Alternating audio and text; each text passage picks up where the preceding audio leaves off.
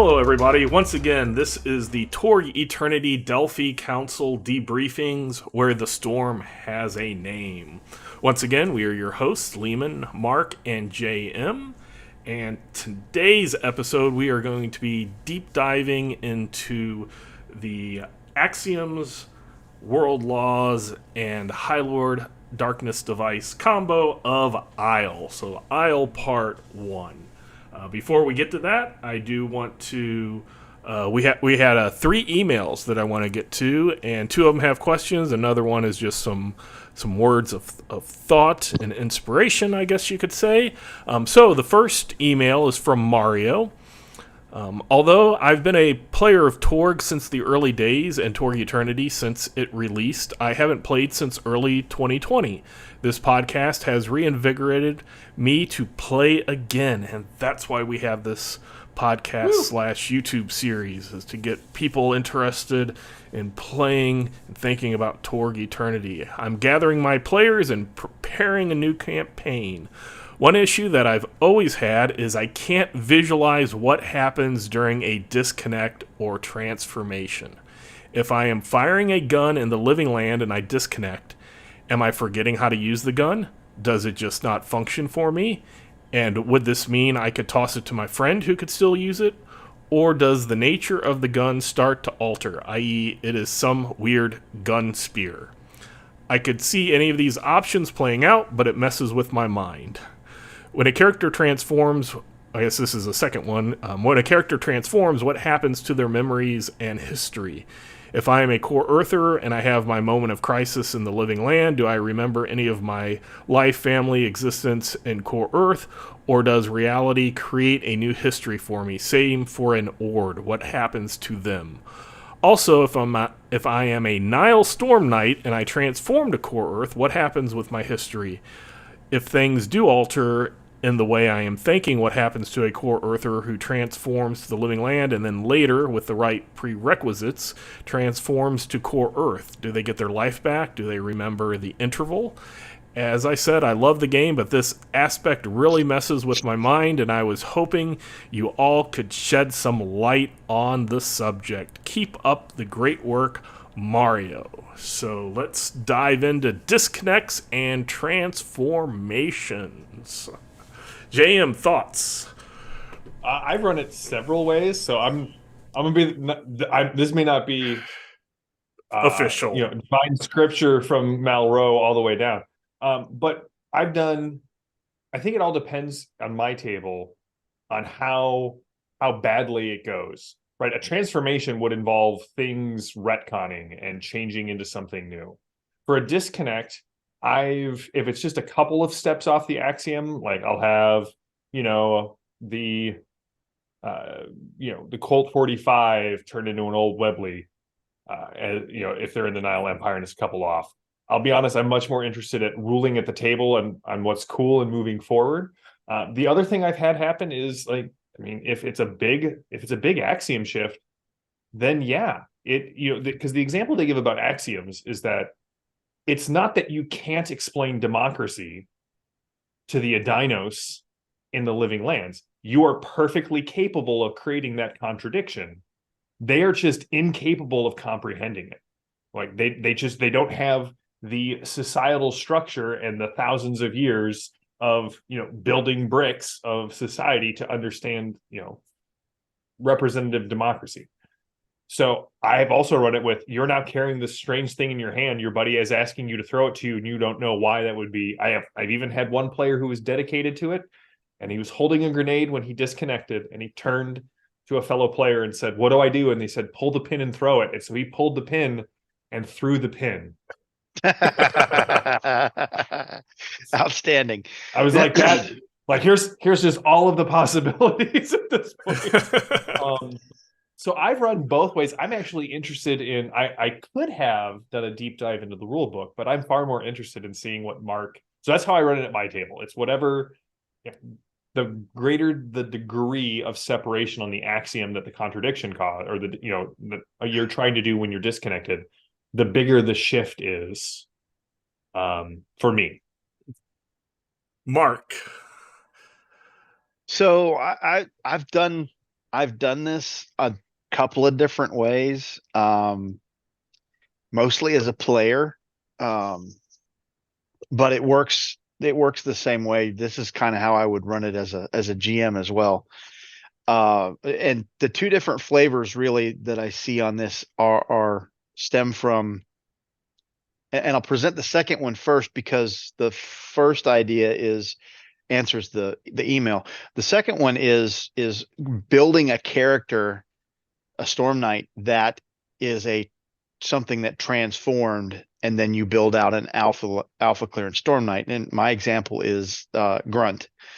The I built Mhm. he was a core Earth Marine in North Carolina when the bridge dropped, and he transformed to a living land human, caveman, primitive, whatever you want to call him, and then became a favorite of Lenala and Deathclaw as his starting two perks, and then built out a melee fighter, Deathclaw, and his shtick was I am an Adinos because favorite of Lenala allows you to take Adinos perks. So he always considered himself an Adinos because he could take all those perks because Lenala blessed him and he loved Lenala and Lenala, blah, blah, blah, whatever.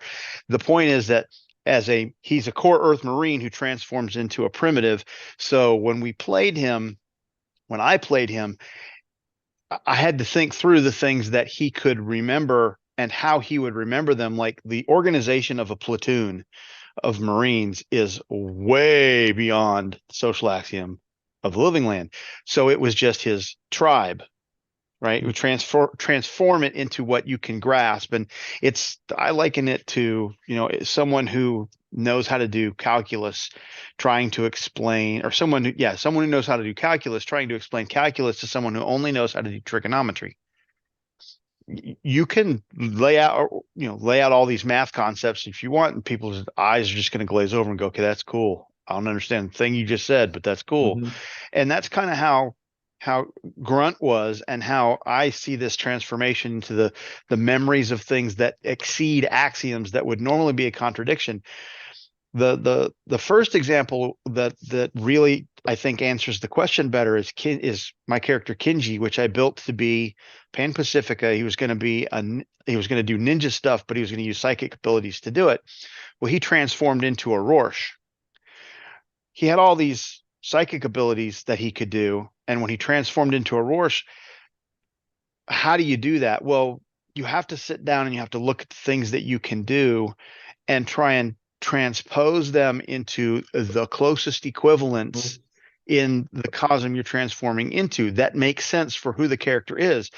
So Kinji, what he turned into was a monster hunter, and we train because he was doing pyrokinesis.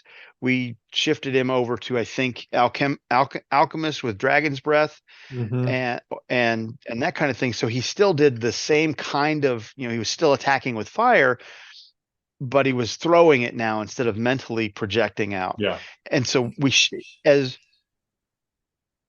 you try not to change the attributes of the Storm Knight any if you don't have to. But one of the things, like with Kinji, what we had to do, because we shifted him into the occult, and so he had to have some scholars skills that he didn't have before, but his kinesis skills didn't apply anymore, right? He couldn't take Yeah. kinesis, so we took the skills out of kinesis, put them into scholar, and he became an occultist that way.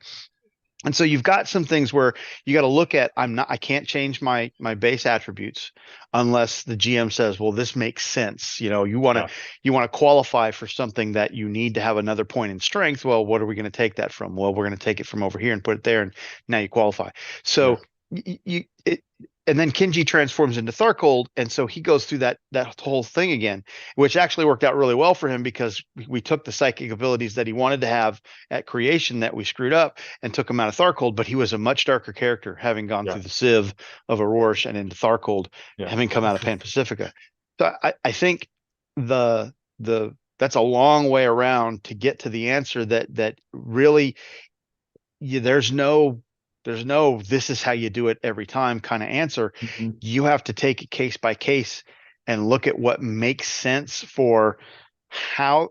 as JM said, how they transformed, how badly did they transform? Because I mean, you can, if you want to put gradients in there, you can absolutely put gradients in there. And he screwed up so bad, and now he's just way off. It transforms not just the character, but the things that are connected to that character, like the weapon you're holding. That's my weapon. Well, if I transform from holding an M16 to Living Land, I'm now holding a rock shoot spear, because M16 doesn't exist, but a rock shoot spear does, or maybe it's a stone club or something, the big two-handed weapons or whatever. But you transform those things, and the gear goes through the same process. It all that contradictory stuff turns into something that's more appropriate. Here, if you got a magic item, based on how the GM wants to deal with that, you can shift that item into something that's of equivalent power, but it's going away because you transformed, you disconnected, and then you failed another roll, or you chose to transform. Sometimes the choosing is, I mean, it's really cool. Don't be afraid of doing this, by the way. This sounds like, oh my gosh, I don't want to do that.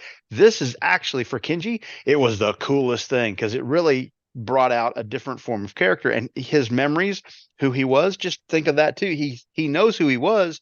What's contradictory? Okay, well, how do you fit that through the sieve of what he's become? Yeah. So I when one of my players went through it, I kind of explained it as, and again, this is GM's, in my mind, it's GM's prerogative, and then Leamon is going to come down with the law hammer here. No, it's canon, man. Right. The idea of sliders, or everything everywhere all at once, where I was like, Zorba as the Core Earth actor turned spy, that doesn't exist, but this is if that person was born in the Nile Empire and had gone through something very similar. So your memories are slightly different, your powers are slightly different, because essentially you've taken a different reality path now.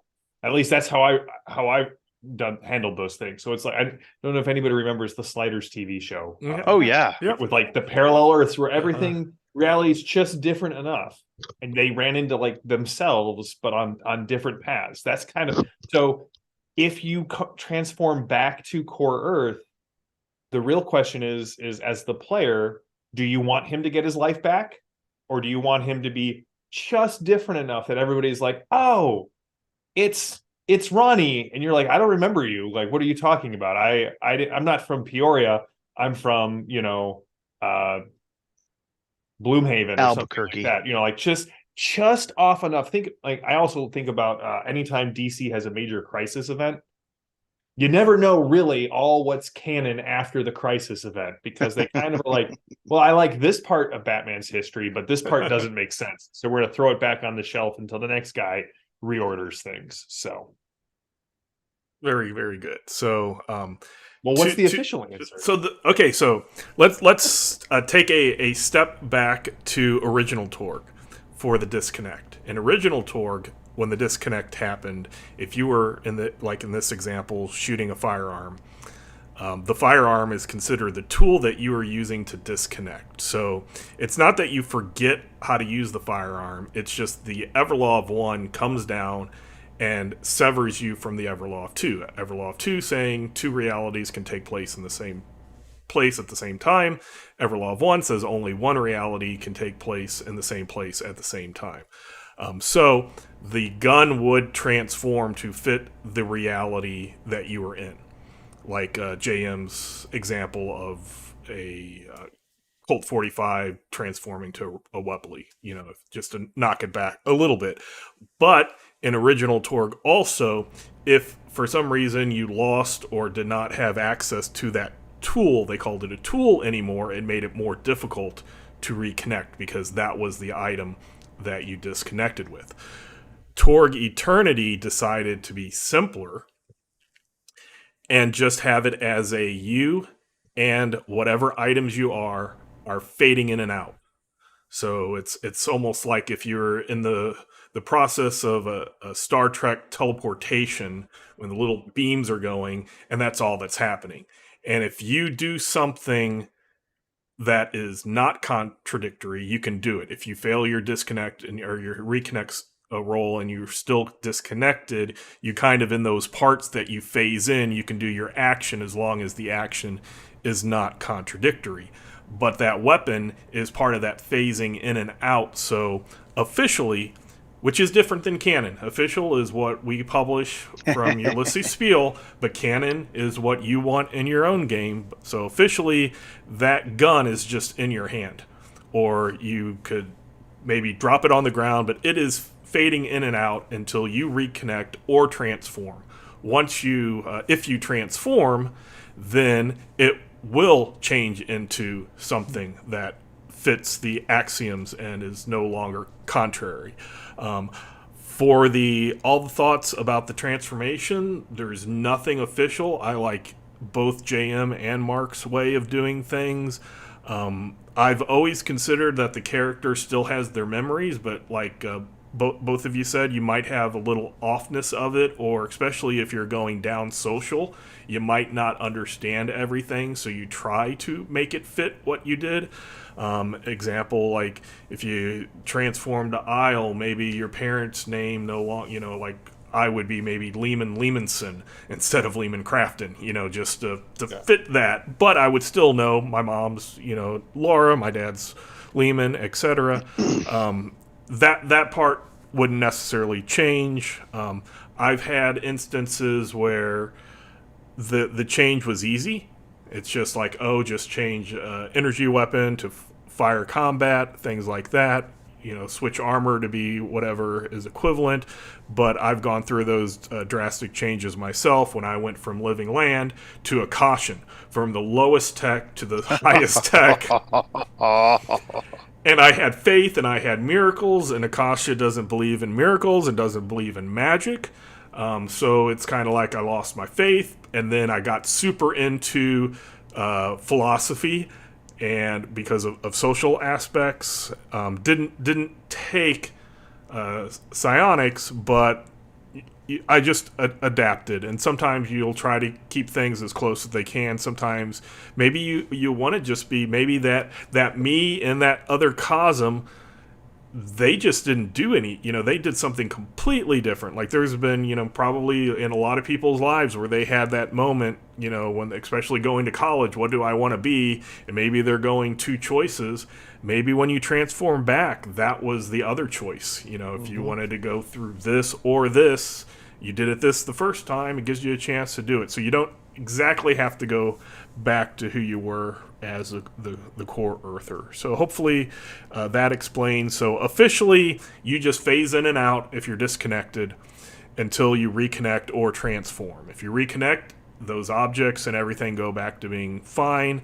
Also, in original Torg, it really got weird with the armor, because then the armor, you would like your Kevlar vest would turn into a leather vest or something, and then you'd have to transform back, and then you'd have to take away toughness and things like that. So Torg Eternity is basically you're just shifting back and forth. Your armor really doesn't go away. It comes into place when you get hit, just so that you don't have to do those little micro adjustments. But again, your own Cosmverse is canon. You can use anything that JM said, that Mark said, that I said, either for original Torg or Torg Eternity, and make the game the best for you and your group. So thank you very much, Mario, for that. Can I add one thing before we move on from that?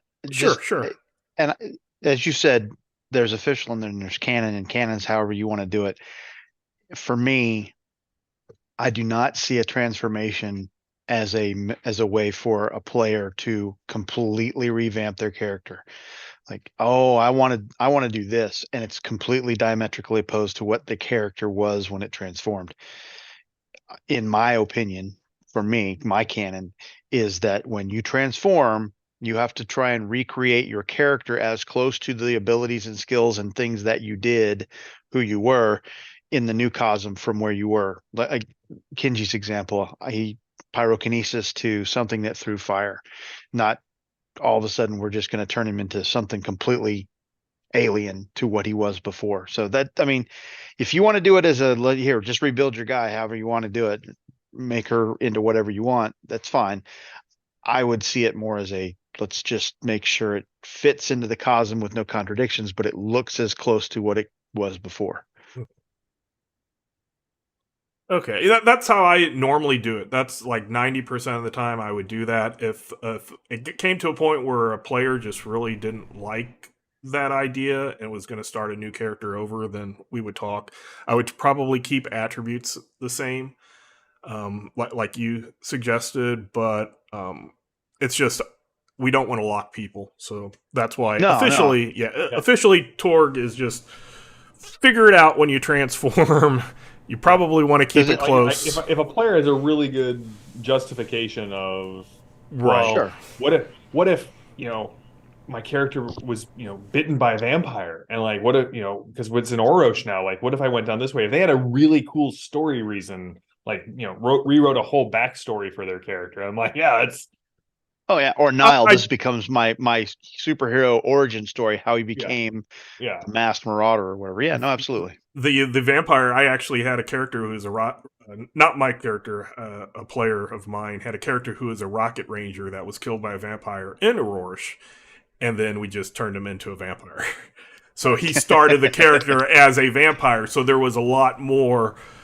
He's not wearing a rocket ranger suit and he's a vampire, so that changed him more because the vampire was his new thing, not Jake. I think his name was Jake Strike or something like that. That was no longer.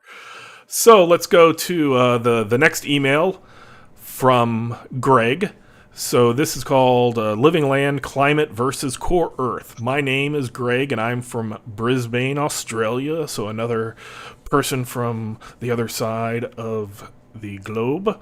Australia, that doesn't get snow in the winter. My question is about the living land tropical climate and winter in North America in the different zones. What world laws or axioms prevent the more severe aspects of winter, or what is stopping blizzards, snowfalls, and freezing temperatures from wiping out the tropical landscape? I see the White Canada zone being a test for Barak Ka for cold climate tribes to adapt to freezing temperatures.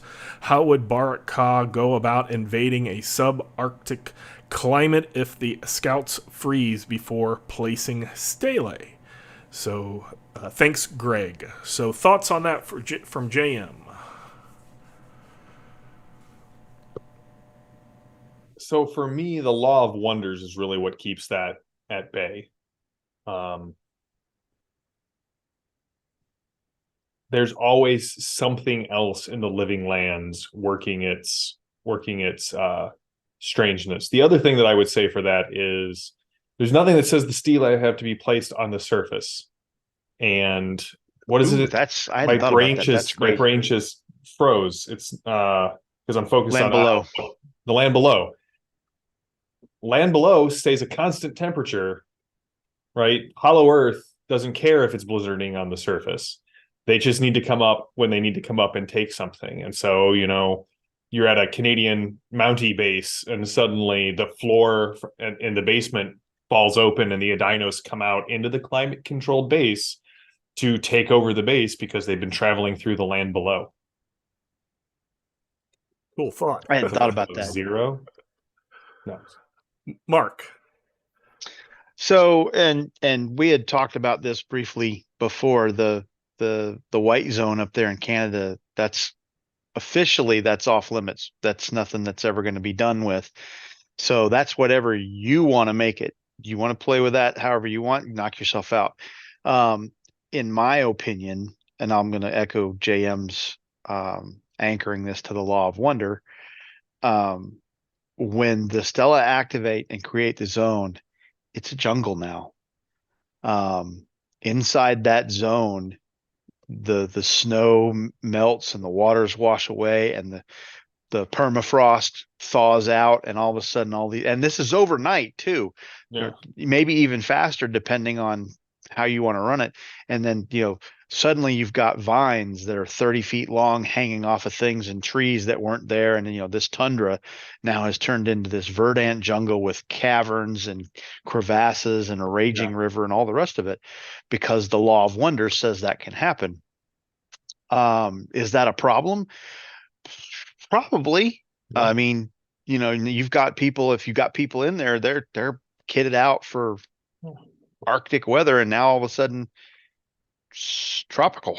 Thankfully, Living Land has that card where your gear falls apart. You really want to play that Cosm card if you're decked out in. That's right. And get some possibilities for it. Absolutely. That's right. But that presents a really interesting problem and another dynamic, because I was thinking about this ahead of time, which thank you, Leamon, for giving us a little heads up on this one. The whole idea that this is a zone dropped into the middle of an Arctic area, and now you've got this tropical zone in the middle of sub-zero temperatures. And so what does the snow that's outside the zone do when the wind blows it in? Well, okay, it's constantly raining. You've got a constant monsoon conditions in this jungle instead of just, temperate, whatever. So there's always rain flow. There's a lot of like Amazon basin with rivers running from the directly middle of the zone out, and it's torrential downpours all the time. It's always raining. And if you're getting caught in that river, it takes you to the zone barrier. And all of a sudden now you don't have just a reality storm to deal with. If that water rushing out takes you out of the zone and you survive the storm and make your successful negotiation of that possibility energy, now you're wet, sub-zero, and under ice. Hope you don't have a problem breathing, because you do have a problem breathing. So, I mean, it's a whole nother ball of wax, whole nother set of threats that probably your storm knights haven't thought about as they begin to approach that storm. They're going to be going, oh yeah, maybe I'll suck a couple possibilities out of this storm as we transfer. Well, what are you going to do when the water, you can see up above, the river is ducking under this sheet of ice? Now what? I don't know. Okay, so let's do the official. The official, I'll just say, is Everlaw of One don't care. Everlaw of One says one reality at one point and one time. So once those stelae are activated, if it is a dominant or pure zone, it's a tropical jungle. It doesn't care that it's in Canada or that there was snow or ice or anything, glaciers, whatever. It gets transformed. It would be the same as if, say, Mobius invaded South America, the jungles down there. It would become a desert with Egyptian pyramids, not Mayan pyramids. In mixed zones, that's where you're going to have a lot of craziness when both things are trying to go, and you will have really strange weather, probably lots of storms, those monsoons that Mark was talking about. Every once in a while, even in the middle of the desert, you'll get a weird morning where there's snow on the ground for like an hour or something. So that stuff could happen in those mixed zones. But what I would think is that the amount of energy, possibility energy required in those pure zones, the reality storms at the border are going to be fierce. And that's something that you can bring up, that these parts of these two realities are conflicting so much that you're going to have very, very severe reality storms with that. Now, if you want to have Barak Ka decides to tell his darkness device, hey, Rekpakin, please make this wintry so I can train my warriors how to do Arctic climate, go for it. That sounds like a really cool thing and something he might do if you want that to happen. JM and Mark both talked about the subterranean to get the stele. But maybe there are times where he's going to have Edenos go into places that aren't jungle to not necessarily even do stele, but just to fight, to do something out there. And how does he prepare for that? He has a Spirit 24 miracles. He just asks, hey, let us not worry about the cold, and go on. So thank you very much, Greg. Hopefully that answers your question and gives you some ideas. And then we have one more email from Sitting Duck.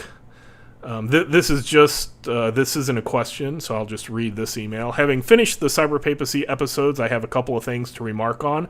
First, I loved how the Law of Ordeal was summed up with a quote from Excalibur, a movie I had seen for the first time fairly recently. That's a really cool movie. The other concerns, media properties that could be mined for inspiration. One I don't believe has been mentioned is the 1980s ITV series Knights of God. I have not heard of that. I don't know that one. Which takes place in our own future of 2020, where a Great Britain devastated by civil war is controlled by the quasi-fascist order named in the series title, which would be the Knights of God.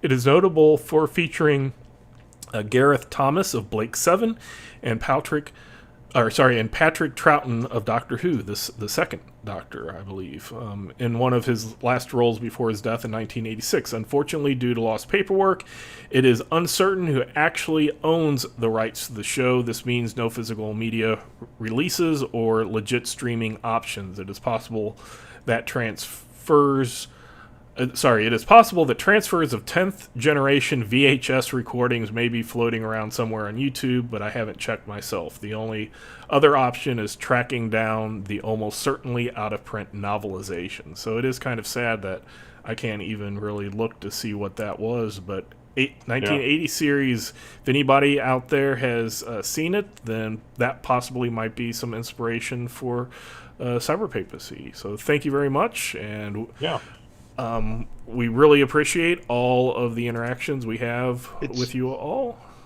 It's set in the year 2020. That's the Wikipedia's got an entry on it. So does IMDb. I'm still bummed that in 1999 we didn't have the rise of genetic super soldiers and the eugenics war as promised by Star Trek, but or Moonbase Alpha. Yeah. Or that's what I was looking forward to. The SDF-1 crashing on Macross Island, South Pacific. Yeah. Come on. all so many historical disappointments. Okay, so now we have emails out of the way. Let's just jump into the axioms. So we have axioms: magic of 24, social of 16, spirit of 18, and tech of 14. And again, this is Aysle Part 1, if you forgot in the last 30 minutes or so that we were discussing other things. Yes, Aysle Part 1. So magic, I'll just go really fast through the axioms because we've talked about axioms for every single one of these. 24 for magic, thing I thought was interesting, and that's when magic items can speak. So that's when you can have your intelligent swords and shields and magic stuff items that actually talk back. They have personalities, they can get along with you, they can not get along with you. That can be very fun for the game master and players building those type of relationships. They can be 1,000 times more evil than you. Isn't that the last words of Stormbringer to Elric? Farewell, brother, for I was 1,000 times more evil than you. Then we have social of 16. That's where caste and class structures can be formed. I did find it interesting in the core rules. It states it's also where slavery becomes unfeasible. So even in Tharkles, and that kind of just shows that sometimes you can have that axioms that allow something, but the ways of the Cosm have it so that it's not taking full advantage, because Tharkle's 25 and they have thralls all over the place. Spirit of 18, gods can be corporeal, so they can be in the flesh. Holy items and places can act independently, so you don't have to have a group of people or a person doing stuff. You can actually have items that retain their holiness and have effects, and places that can have holy effects, which I thought was a nice place for that spirit. And tech at 14, which is just beyond what in my own mind I consider Middle Ages. consider it more early Renaissance or late Middle Ages, Mhm. maybe. You have wheellock Three pistols. Musketeers. Yeah, you have wheellock pistols, crude cannons, microscopes, telescopes, Mhm. and the scientific method, which I think is cool. But then I think, okay, the Isle Cosm itself is a donut world where the sun goes up and down through the middle of that donut. So what they use their microscopes, telescopes, and their scientific method could be very different than ours. So they could still be using stuff, but they come here and they're looking at a globe. Scientifically, that's weird to them because they've proven scientifically about their donut world. Sure. So, Mark, any thoughts on any of those? So magic highest in the game. Um, they are the seat of magic for Torg Eternity. Interesting enough that, and as I was looking through that same table you were just reading off of, Magic 25, you can create new spells, and the first thing that popped into my mind was the spell lab from Original Torg, which we need to figure out how we get that axiom up to 25 and then put that spell lab back in the game. Thank you very much. We're moving on. I love that spell lab. Social 16, second lowest in the game. Living Land is the only one lower. Duty and honor and glory aren't just words in Isle; they are a way of life. That is a thing. Duty and honor and glory. I mean, you got entire castes and orders of knighthood around that kind of thing. Let's see. Spirit, second highest in the game. Nile Empire and Living Land. It's tied with the Nile Empire. Living Land's the only one higher. So, I mean, from a spirit standpoint and faith, you've got to really, it's inundated. You can do a lot with it. It's not the Christian faith or a one true God or whatever. It's a pantheon set out in front of you, and so you can have temples spotted all over the place and multiple gods, as Leamon said, showing up and doing stuff. And tech, it's second lowest. The only one lower than that is the Living Land. And the next step up from where they are is the industrial age at Tech 15. So they're towing the line of they're right on the cusp. And as you were pointing out, this Tech 14, I really envision it more of the beginning of the Three Musketeers era of the Renaissance, kind of, arquebus, wheellock, flintlock. Swords are still prevalent. All of the things, armor's still prevalent. It still works. If you're not facing a pistol, if you fire the pistol once, flip it around, and now you got a club. That's why there's brass on the butt of those pistols. Is you shoot that one thing and turn it around and you beat somebody with it. So, I mean, as far as the axioms go, there's a lot of fun. There's a lot of stuff you can do in Isle, but it is first and foremost, it is the seat of magic in the game. Yeah. JM. Well, as Mark pointed out, Isle is like on the 1 point axiom off from a lot of things that shift the setting quite a bit. And as you've pointed out multiple times, the axiom is sort of the average across the cosm.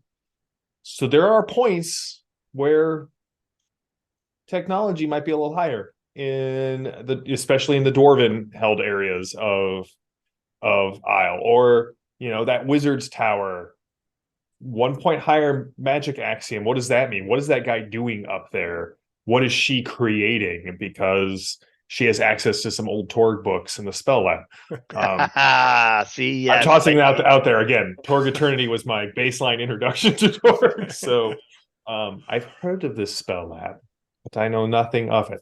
It's a simple 48-step process to make a spell. He's not lying. Listen, if I can follow the GURPS space 72-step random chart to create a solar system, that's physically possible. I'm sure I can use the spell lab. You're good to go. Yeah. So yeah, I think it's interesting to sort of push at the axioms a little bit, but also when those things get pushed, know that the rest of the cosm, somebody is taking notice and is going to try and steal it or shut it down, right? Especially Uthurian, right? Because that's sort of his shtick. I also think that if you look at the axioms, Isle is probably the easiest bridge from people who grew up playing a high fantasy role-playing game. Aysle is your bread and butter high fantasy, just enough of a gloss of medieval, medievalism, just enough high magic, just enough of the traditional elements that we've come to associate with high fantasy games. That Aysle and Core Earth are probably your two easiest entry point cosms for new players to Torg. And I think the axioms of Aysle kind of support that. Hey, if you've played this other game, play an Aysle. Anything you want, probably there. Yeah, I would agree. So let's move on to the major world laws. So as Mark was saying, Aysle is the biggest magic. So of course they have the law of magic. Yeah. The law of magic is something that I don't know if I've ever seen someone use. This is probably one of those things that people read and then forget about, like we've talked with Critical Moment and other things. But it allows the spellcasters that they can spend a point of shock to get a +1 bonus to the total of their skill roll up to the adds in a spell in one of the So spells. if you can take the shock, you can double your adds. Yep. Yeah. If you have the shock available. Yeah. Right. And So here's a procedural question about that for you, Leamon. Can I do that? Do I have to do that before I cast, during my spell, or can I see where I am and then rather than throw out a basic bonus or whatever, if I decide I would rather spend the shock or I don't have a basic bonus, can I then at the end of everything say, oh, now I'm going to pop some shock into it and power it up? So What is the order of operations for that? In the Law of Magic in the Aysle book, I think they clarified it. The character did must they? declare the amount of shock they are taking before the dice are rolled. Oh, so it says it. Okay, there Yeah. you go. There you go. Reading Yep. is fundamental. If Mark had read that, he would have known it. So. Well, it is mostly forgotten. I'll go so far as saying a house rule that I introduced because this was something that it only would work with magic users. Is I opened it up for anybody that if you want to take, say, 3 points of shock and you want to up your total by 3 to a weapon swing, that's just Aysle being magical and giving you a boost through the law of magic. In the original Torg, everybody was magical, and they even had a system where you could roll to determine your birth date and birth sign, and you would get. I remember that. You would get adds to either the skills or the other ones that I'm only thinking of, like folk and stuff, but they were the essences and whatever. The lower things you could get, so everybody had some type of magic. That's what I've done to get people to use it. Hey, you're in Aysle. Here's this thing to use because yes, it's going to take shock, and it says it may not be recovered until the duration of the spell or the thing you do ends. So if you're doing a psychic thing, well, then you do it and you're really contradictory. I love tempting people with that, but as it is, you spend a point of shock, you get a +1. It's per up to your adds, so if you only had 2 adds, you can only get a +2. Each of those costs 1 shock, so to get that +2 bonus, it would cost you 2 shock. But it's a law. Take advantage of it if you're a magic user. Why not in Aysle? Got to remember that to tell the people that are magic users in the Wednesday game, because that's where we are. Then and then you take endurance to get a little bit extra shock, and then if you have a big pool of shock, it opens you up to playing. I know we're going to talk about this next time, but it opens you up to playing sort of the quintessential like fighter mage. Because I've got a bunch of shock, so I can take the perk that lets me spend shock to get bonus dice of damage. Okay, well now I've got a lot of options for playing just with my shock, which is normally, as you said, kind of a static thing. Like, do I take shock or do I not take it? This lets you use that pool a lot, makes it a lot more interactive. Right, right. And yeah, as a battle, either combat mage, battle mage, whatever you want to Mhm. call that person. So yes, any thoughts? Any more thoughts on the law of magic for Mark? No. It's what it is. And then Yep, we have it is. the shorter law of light and darkness, because that's the non-mechanical one that deals with Mhm. the perks, the light perk, the darkness perk, and the cosm cards, which is a lot of cosm stuff that's like, hey, if you do a bad thing, you get a darkness perk for free. Yay! Mhm. It's Congrats. just a wafer thin. So I think that's pretty self-explanatory. Light and darkness. In original Torg, they actually had the light and dark flip zones. So what that was is in original Torg was very fairy tale ish, where the good people were all pretty and the bad people were all ugly, and the dark zones would take that ugliness from the person and put it into the land. So the land would be all twisted, but the evil people would look all pretty. We've kind of done away with that in Torg Eternity, but they still have the light and darkness perks, which I think are really really cool. A whole new thing. And then we have everybody's the absolute opposite of people forgetting about the law of magic is no one forgets the law of enchantment. Nope. Never. Because if you roll a 60 in a stressful situation, boom, you got a magic item. Mm-hmm. And if you happen to have an Aysle possibility and pop that on, then you can determine what item it is. It's not restricted by the axioms of Aysle. And yeah, it's free magic items, and who's not for free magic items? Right. Well, So it's the Mark, number one reason why people go to Aysle, other than the mission. right? Like if anybody has a hey, do you want to go here or Aysle? Aysle. I don't have enough magic yet. I want to get magic on my death claws. I want to get magic on my 45. I want to get magic on my cyber knight or my drone jockey suit or my cyber deck or whatever. I want magic. Okay, let's go to Aisle. And I don't know if it I don't know. It seems like every time I'm running something that's set in Aisle, and Jim is the number one offender. If you're watching Jim, you're my number one offender. He rolls Um, ones for everything except an Aisle. He rolls 60s. he To blows 60s out of the water left and right. And so I'm going to offer up we've kind of come up, and I'm totally stealing this from Rod. So Rod, if you're watching, thank you very much. This is a great idea, and I'm giving this out to everybody for free. When people start popping 60s in Aisle, and you're like, what am I going to give them?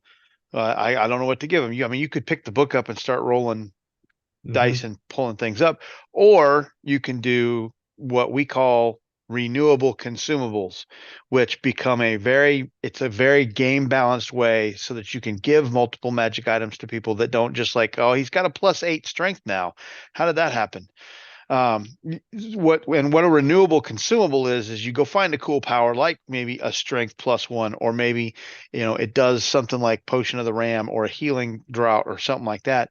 And the magic, like you're attacking with your sword or your pistol, or you take a blow and you soak really really well. A magical rune becomes inscribed on the item or the armor or whatever, and it is imbued with the power of once per act do a thing. Like Jan was talking about, if you're going to do a bunch of magic and you want to do your take shock and whatnot, maybe you get a 1 BD recovery of shock once per act. Mm-hmm. Pop that rune out. So sounds really cool. That's unbalancing. That's a lot of shock. You could get 12 or 15 shock out of that if it blows up. Sure you could, but once in an act. Yeah. There you go. Limiting game balance done. And so the player gets agency in that because they get to choose when to use it. Right. And it's a resource that they have. And it's not like a potion where drink it, throw it away, done. I never get it back. Because they're probably spending resources to get that 60 in the first place because they know they're in Aisle and they're going to get some magic.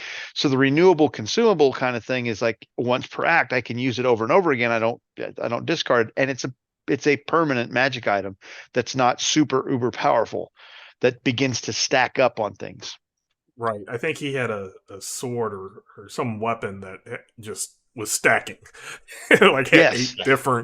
8 different bonuses on this one magic item. Yup. JM. Any thoughts? No, I mean, this is I only have I've run several adventures in Aysle, and I've only had it come up once. So I'm the complete opposite. And they were so excited about it, but it's not. Aysle's never been one of the ones that my table has like yearned to go for. Right?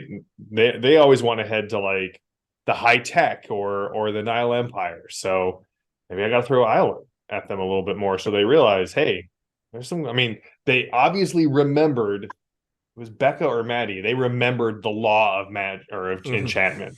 Absolutely. No, I just rolled a glory. What cool thing do I get? Right. I was like, And you don't even have to play the glory card. You just got to get the 60. Yeah. Yep. Like, who's Well, got they also glory? had You the don't glory need glory. card, so yeah. Yeah, Oh, it's added bonus. best when they're together, but they don't have to. Yeah. It's funny too, because you watch them like in every other cosm. Who's got glory? Do we have a hero? Do we have a drama? Who's got glory? I don't care if you got a glory. I just want the 60. Come on. Mm-hmm. Just want to get my magic item. That's right. So those were the major laws, and then we have the minor laws. So we have the law of delving, and a lot of these laws are kind of leaning into the tropes of the fantasy RPG tropes. So the law of delving gives a reason for adventurers. That is if you go into dungeons, if you go into dark spaces, if you do some exploration, there is going to be stuff out there. And then Look what I found. Yeah, basically, with that gives reasons for adventures, cool things to add, and you could here's a chest. Let me open it. Oh, there's a hole in the bottom of the chest. Let's go down. Now we're in a dungeon. Now there's cool stuff in the dungeon. There's the law of heroes, which I like that they specify that when bad it's very almost Nile-ish. Yeah, and it's that, totally an island. Where if enough bad stuff happens, a hero is going to pop up. It doesn't even have to be a reality rated. Just this is not necessarily the hero we deserve, but the hero that we need. And that one I like how they talk about the law of heroes in the mixed zone with the law of domination, because then you have a hero pop up. And maybe they're a hero, but they have that Tharkold twist to them, so they might be more lording over the people they're protecting, and that can cause some interesting things. So those two don't really have mechanics, but they give reasons, and you can lean into tropes, and it also explains why every 5 feet you have an NPC. I mean, a peasant or somebody asking you to fulfill a quest. And then there's the law of legends, which leads into quests, which is a cool way to have a quest, and then you get like a cool perk or perk-like thing that are very, very cool. Yeah. Thoughts on any of the minor world laws, JM? Oh, I love the law of legends. Like the other two, I see them, as you said, just sort of, hey, we know the tropes that we're basing this off of. Let's just have minor world laws to reinforce those tropes. They're not mechanical. They're a lot like the law of light and dark, where they're saying, hey, this is just the way the world is. But I love the law of legends and using that as the basis for creating new legends, so that it basically says, hey, if you go on this quest and you complete kind of a hero's journey kind of thing, if you follow in the path, makes me think of hero questing in Glorantha. If you follow the path that's set out for you, you come back with this reward, and the rewards are cool perks that you can only get by going on this quest, and usually only one person, right? Because like the Frog Prince legend, like one person gets the perk from that. Okay, like, and as a GM, that just makes me want to like scour the sagas and the Volsung saga and you know, the Arthurian cycle and go, okay, what other quests can I come up with and what can I give my players as rewards? And it really is, it rewards players for taking the hook that you put in front of them, right? It's this promise that, hey, you can do anything you want and you've got the Delphi mission. But if you step off the path and go and investigate this thing, I promise it'll be cool. And Where so are for these players side who like, quests? yeah, if players like picking up side quests, give them a legend to follow. Yeah, Mark, any thoughts for any of I'm with those? JM. Yeah, I'm with JM. The law of delving is kind of, I mean, it's, as you pointed out, Aysle is it's the gateway chasm to Torg Eternity. And the people who come into it probably have played other games that have, that underground component in its name. And so it's just there. We're going underground. When does that happen? What point in the mission do we go underground? Because it's coming. Lurks. I mean, it is. Yeah. Heroes. I'll bet the minor law of heroes doesn't come into play as often as it should, because it's usually probably written into the mission itself on how that shows up. And so it becomes part of the mission rather than, you did a whole bunch of bad stuff over here and somebody just got to come, the police have shown, the hero police have shown up to investigate, or you did a whole bunch of good stuff over here. I mean, do that the other way around. You've done a whole bunch of good stuff over here. A villain has to pop up to balance that out. Yeah. Right? Light and dark. And yeah, light and dark. But the law of legends, that almost to me needs to be, it's kind of like a minor plus world law, because it really is it's behind everything that is Aysle. Heroes, the hero's journey, the quest. You can build those cool quest perks. The legendary perks are fun, and yeah, one person's going to get it, but you can always do something for the crew that helped them, the group that helped them, that becomes something else. So why would the other four people, if you have a table of five, why do the other four people want to go on this quest when one person, and we know who it is, the Cyber Knight is the one who's going to get Excalibur when we finish this quest, because he's the guy who's swinging a sword and the rest of us don't do that. So we know who's going to get Excalibur. Why are the other four going? Well, because everybody who goes on the quest gets to become a knight of the round table, right? And that's the Benny that other, maybe offer them, access to Famous for free, or something like that, as a little Benny for helping the person go through the quest. I always see that as something that the GM can set up as a reward for the rest of the crew, so it doesn't feel like you're just giving all the cookies to one person. Yeah. You know what I mean? Yeah, I love the Law of Legends. It's funny because the only quest I actually have done within Torg Eternity that provided that was before the Aysle sourcebook was written. So it wasn't a law, it wasn't a minor law at that time. My group was playing original Torg, and then Torg Eternity came out, and we transformed characters from original Torg to Torg Eternity. One of the characters was a barbarian who picked a lot of the outsider perks, was a berserker, and did that. But before that happened, in original Torg, there was the mistaken identity card, and he did a mistaken identity card, and that was before Torg Eternity had that card, because that's in one of the boosters. But to kind of condense this. So sorry for a little stop there. The OBS just stopped. So luckily we did not lose anything, but let me continue. The Law of Legends, the character was going through a quest. He had the mistaken identity. He was mistaken for somebody. He found out that somebody was an ancestor of his. That took him along a journey quest, to where he ended up getting an eternity shard known as the Viking Amulet, which was a original Torg eternity shard. So that basically kind of fit in. And then once this Law of Legends came out in the Aysle source book, then I was like really pleased, because it was like something that I kind of put together is now officially part. So you can do your own. There are ones specifically in the Aysle source book, but make up your own, game masters. You don't have to necessarily are limited to those that are in there. So look like we're about wrapping up. Part 2, we'll get to inspirations, all the stuff we normally do with Part 2. That kind of would deal also with the High Lord Ithorian and the Darkness Device. So any final words from JM?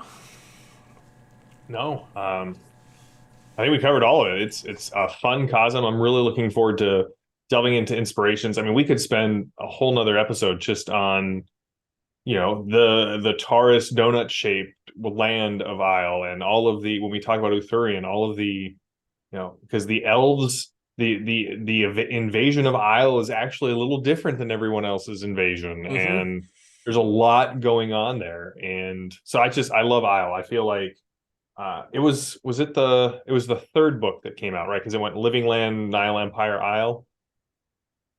I don't remember what the order was. I believe so. Yes, it was the third.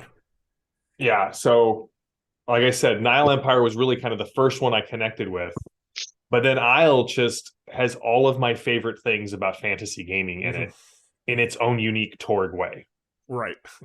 And Mark.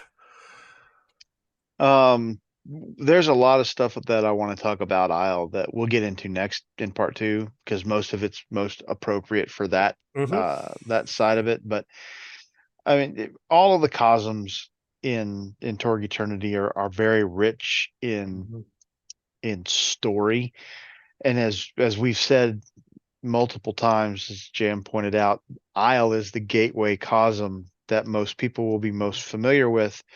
And from a GM standpoint, so that you can ease your newbies into Torg Eternity, and it'll be a lot of fun for them. You pull that dungeon out, you put them in the underground, and you have them in that familiar.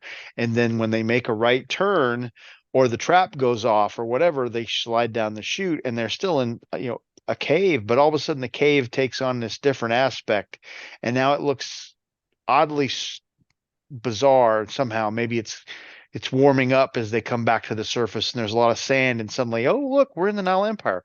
What happened here? Or they come through the cavern, and it gets a little more dark, and suddenly there are some technological traps that are at the cave mouth. And well, what is this flying demon thing with electronics coming out of it? Oh, look, we're in Tharkold. You can use Aysle as the gateway cosm into a bunch of other stuff. Have them go through the land between, and come up in some other cosm. And now these people that have these Storm Knights that they're comfortable with, they're in this completely other alien environment, and how it functions because you've got game mechanics for it, and they get to learn how that works, and they get to, that's playing Torg Eternity. Welcome to a fun portion of discovery for the new folks that gets to happen once, so do it well. Right. And my final thoughts would be very similar. Even if you are experienced with other role-playing games, Aysle can be the entry. It was my entry point. I had played other games with science fiction aspects and even mixed genre aspects, riffs, and things like that. And still, Aysle was the one that was like, okay, this one I can be comfortable with until I figure out what Torg is. And then that opened up Torg to me. So we do, once again, thank you for listening or watching us. We thank you for sending in your emails. Keep those going. We'll read them on the episodes. And next time we will dig into Aysle Part 2. So thank you very much. And until next time, we hope you have fun in your own Cosmverse. Bye. Bye.